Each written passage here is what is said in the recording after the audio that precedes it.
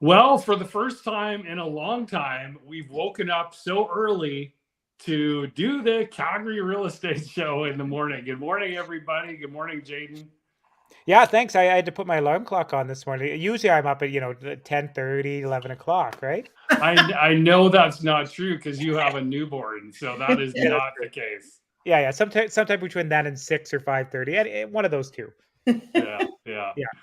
Well, we are back in the home office today and had a great time away last week. And we're going to get to our stats. We're doing this early because we have a training event today. So let's get right to the stats and take a look at what's going on. And really, the numbers are different, but realistically, nothing's really changed. If you look at the last 5 weeks, and that's what I was kind of thinking about this morning as I was prepping for today's show. I mean, realistically, we've been, let's look at the sale to new listing ratio, right? Because I think that's the most telling stat for you if you are in the market to buy right now. Like, what are your chances, of getting a home, right? Like, we've been able to help people get homes, but it took a few tries. And we'll explain a little bit of how we do that. But if you look at the sale to new listing ratio, in August, it was 131, 124, and then we've had a 110, now 115 this week, but it's never 90, it's never 85, right? Like, there's always more sales than new listings. And look at the pendings too, right? They've been, similar to what the sales have been really for the last 5 weeks as well. 141 price reductions, back on market 33. Those stats we put in there, just, if you're a real stat nerd and you'd like to follow those things. Days on market, which Natalie will detail on our next slide here. And then let's look at our active detached again. Oh, not quite. I wasn't quite ready. Jumping the gun. Morning show. Active detached at 1285, slight decrease from last week. And then our other segments, didn't have the sale to new listing ratio that we did in detached as it jumped up to 2507. I mean, it's a moderate, not even a percentage point increase. So that's the story there. And then we'll get into on the next screen here how we help clients too. But Natalie, go take us back a year.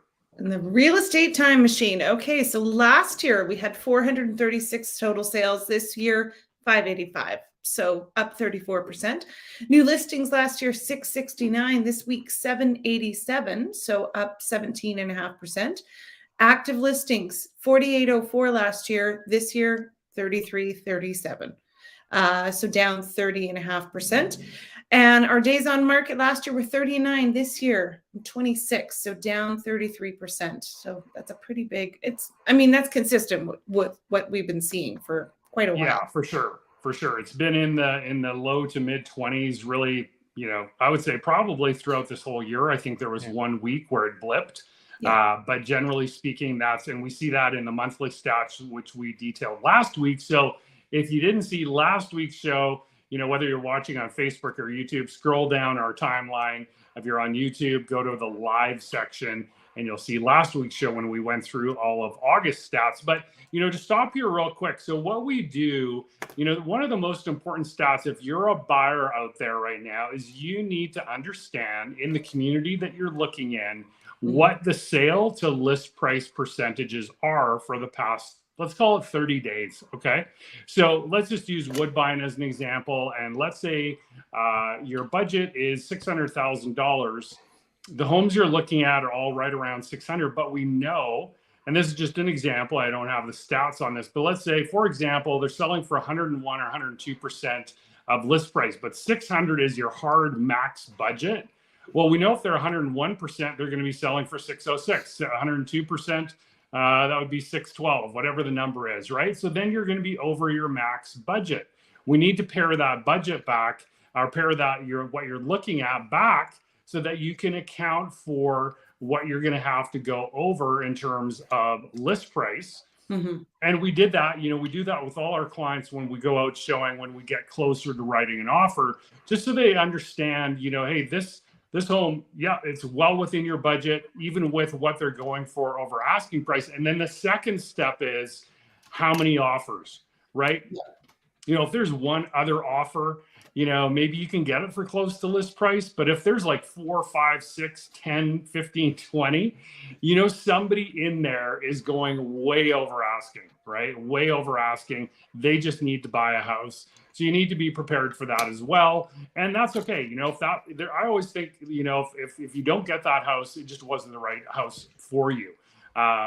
So anyway, let's go over to you, Jayden, and give us some mortgage information, some updates. And there's no new information. If you're going back to that video from last week, just watch that one because they're all the same.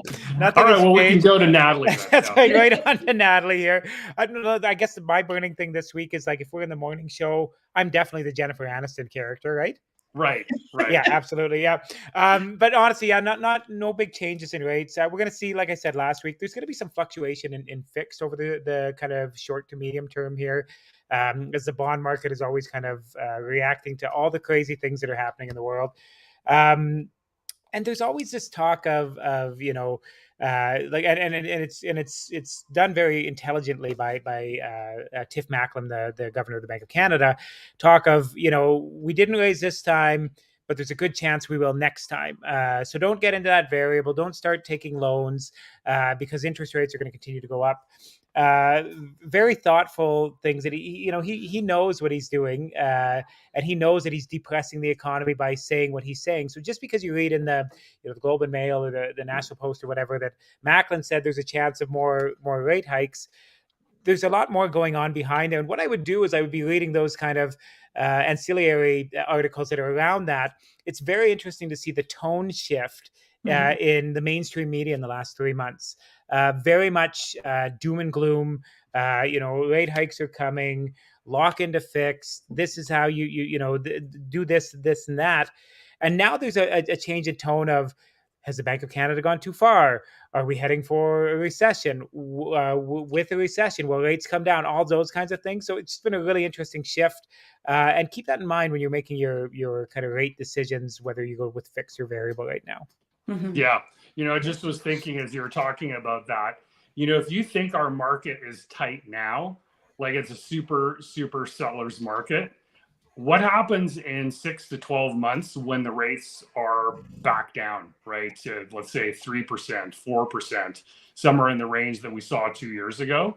Like, if I'm a buyer right now, I'm trying to get in now because I think it's going to be absolutely. Now, this is notwithstanding, any potential recession, job loss and things like that. If the job market in Alberta stays where it is, I think we're going to be in an even tighter market next year. The only difference might be you might have some sellers that say, okay, you know what, I am going to sell now because what I'm going to buy, let's say they're moving up. Okay, I can afford that now because of the rates, right? So yeah, absolutely. And you're competing, like those people who couldn't compete with you in that $500,000 plus section, maybe as rates come down, they have access because their qualification is going up. So they're competing with you all of a sudden. So if you're thinking now is probably a great time, and we can talk about how to make the rates work for you. Yeah, exactly. And that's why, what I love about working with Jayden is it's such a coordinated team effort. Not to get into the weeds here, but we're always chatting about rates and what works for clients and where they're at budget wise, what they're looking at. Although Jayden, we don't have a team per se with Jayden, but Jayden is an integral part of our team. Thanks, Jayden. Let's go to Natalie with some small basement. Oh, yeah. I've actually seen this house. You've seen this house, yes, exactly. I think maybe not this house, but one very similar. Yes, exactly. Like this is the epitome of a rumpus room right here. Oh, yeah. So we're looking at small basement ideas. And I mean, we have a not huge basement, and it's about incorporating the space and making it functional as best you can. So these are just some cool ideas. The first one is adding a second living room, theater room, which is pretty common in Calgary. Everybody has a basement pretty much. And it's about extending that living space. So, you've got a big TV area, all that kind of stuff. The other one with the black roof, I sort of dig that neat. But that's your theater room. So it's a good way to just make it an extra arm of your house. Adding a barn door to divide spaces. This is exactly what we did in our place. We have a very long, skinny living or basement area. We needed an extra bedroom. So that's exactly what we did was we put the barn door in, and it's helped immensely. The next one is create the ultimate games room. I know you'd love this, Mark. This would be a fun thing to have. That would be acceptable. That would be acceptable, exactly. So, you've got a movie area, you've got your pool table, you've got your little bar, and it really makes it all a really enjoyable space. Opt for custom storage. This is a big one. Everybody knows that storage is very, very limited when you have a smaller basement area. So this is a good way just to sort of bring in that extra storage that you need, and it just looks really lovely decoratively. And the last one is let mirrors work their magic. Again, if you have a smaller bathroom, a big mirror will reflect that light. It's keeping the colors light and bright, and it just makes it appear larger. So there you go. That's all I got. Awesome. That's great. Really, our community events haven't changed at all from last week because these are either going on this week or month long, but let's highlight a couple of them. So we got this weekend, again, we've got Callaway's Halloweekends. Mm-hmm. So if you want to dress up, a spectacular family day. So that's from 11 to 5 Saturdays and Sundays. And that would be holiday Monday, which is coming up that would be, I think that was this past weekend. So anyway, Carnival at Heritage Park. So that is happening tomorrow. So if you want to head on over to Heritage Park, and then we've got Oktoberfest at the Great Eagle Event Center. Natalie, we might have to just swing by, Mm-hmm. A little Bavarian music and sausage. Never a bad thing. You're going to be in the strongman competition for sure. Yeah, exactly. Yeah. I will definitely not be posting any videos. They'll be in lederhosen. Yeah, lederhosen. Yeah. And then we've got the zoo.